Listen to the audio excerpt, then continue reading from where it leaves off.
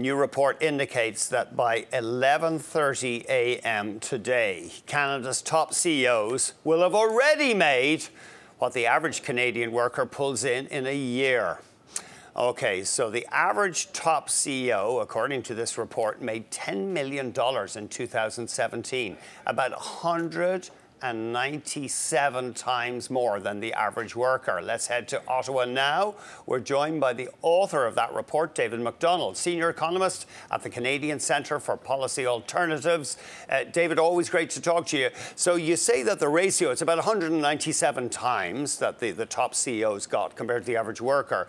It's down slightly from last year, though. That's right. And so last year, one of the big driving forces was that 6 of those top 100 CEOs got these enormous golden parachutes for retiring. And so they got paid a bonus of $10 to $20 million each. And that's what really pushed us over the top last year to create a new overall high. The other thing that's interesting is that this year, the minimum amount to get on the top 100 list is just over $5 million, just like last year. But in previous years, it was just over $3 million. So the minimum wage, as it were, to get on that top 100 list went up last year and has stayed at that same level this year. Wow, that's quite the jump. So you don't make it into the top 100 club. You don't get past that velvet rope unless you make $5 million for the latest year. That's right. And, you know, if you only make 3 or 4, you don't squeak by at all. So it's a new sort of minimum wage required for those top CEOs that's been maintained. And so we'll see in the coming years if we get a rash of retirements, if people get big bonuses. I think it's pretty likely that we'll see new all-time highs over the 10.5 million mark, which is the record so far. Now, you're talking about the very highest paid CEOs. The ratio isn't quite as high when you look at CEOs broadly, though. Yeah, and so we put out a second report, actually, where we looked at not just the top CEOs, but we actually looked at all of the named executive officers of companies, the CEOs, CFOs, and so on. And what we wanted to do was to look at the gender pay gap, actually. So how much do men make versus how much do women make in this big universe of the very top executives in Canada. And we actually found that women make 68 cents on the dollar for every dollar their male colleagues make, even though they're all in the C-suite. And so it's an incredible gender gap that exists at the very top of corporate Canada, driven largely, interestingly, by the gender roles that people play in the C-suite. So it's much more likely for CEOs and CFOs to be male, where the big money is, and more likely for general counsels or legal positions, as well as HR positions, to be female roles, where the pay is not nearly as high. So that's kind of interesting. So at the very top, I guess your sample is getting small at that stage, but still, women make less than 70 cents for every $1 men make. Yeah, and so this is 1,200 people, so it's not just the top 100 CEOs. It's 1,200 people, so it's the very top of corporate Canada. Okay. In the general labor market, women make about 80 cents on the dollar for men when you just restrict it to full-time positions. So it's by no means equal, but it's much, much worse at the very top of corporate Canada. It's very hard for women to get into corporate Canada, the C-suite in the first place. It's only about 10% of those executives are women in the first place.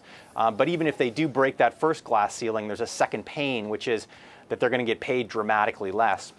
And the difference in pay is actually all on the bonus pay side. So as you know, CEOs, they make a salary, but it's a very small portion of their pay. Yeah. Most of their pay is in the form of stock options, or cash bonuses related to the stock price. And that's actually what's driving the gender pay gap between men and women for top executives. Incidentally, it's also what's driving the incredible pay rates for top CEOs. They don't get that on the salary side. They get it all on the stock and bonus side. Yeah, you have a graph here that shows that the base salary for the top 100 execs is only 12% of the total. Stock options are a quarter, shares are another fifth, and the cash bonus is a third. Yeah, and the salaries as a portion of total salaries salaries as a portion of total pay rather has been falling over the 12 years we've been doing this study. One of the interesting things this year that's happened actually is stock options that used to make up 15% of pay jumped back up to 25%. And I think this is actually in reaction to the threat of the federal government eliminating the stock option deduction, which is this sweetheart deal on taxes if you're paid through stock options. And for a couple of years, the stock options as a proportion of total pay dropped off pretty dramatically because the CEOs didn't want to get paid in this type of pay the stock options that would be taxed highly. But now that that threat has essentially been removed, there doesn't seem to be any interest in taxing that anymore. That proportion has gone back up. So they're reacting to changes, well, even threats to reaction and changes in the tax system. As you know, critics of any move to increase tax on stock options said, well, it'll discourage growth in the tech sector because that's how people are compensated, stock. Yeah, well, most of the pay actually goes to the top executives in these companies. So the top 100 CEOs, for instance, 70 out of that 100 see a portion of their pay in stock options. I mean, if you're interested in startups, you could put a low deduction on it of 150 or 200,000, and over that you start to pay the regular rate. But at present, what happens is it's a 50% off deal for top executives if they're paid in stock options. So their janitor is getting paid on the regular.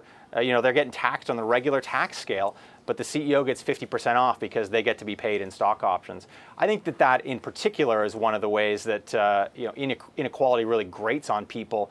Not only do these CEOs get paid a lot more, but they're taxed less. They get these sweetheart tax deals. I don't think there's any particularly good reason for why we shouldn't be having CEOs pay the same, pay taxes on the same tax schedule as their janitor. And just you come up with this figure each year. In the latest year, indicates that by 11:30 this morning, the top paid CEO will have earned as much as the typical worker in an entire year.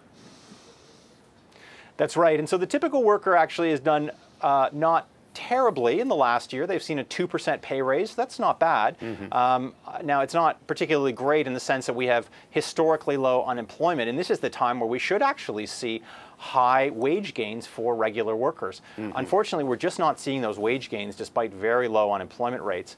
And so we're not closing the gap from the bottom up. So workers aren't seeing big wages that would help them close the gap. And certainly CEOs, even though all their pay is published and they receive this bad press, on this one day of the year, there's no real shame in the C-suite. For them, they're happy to be paid $10 million a year. They think they deserve it. David, thank you very much indeed for joining us. Thanks for having me. David Macdonald, Senior Economist at the Canadian Centre for Policy Alternatives.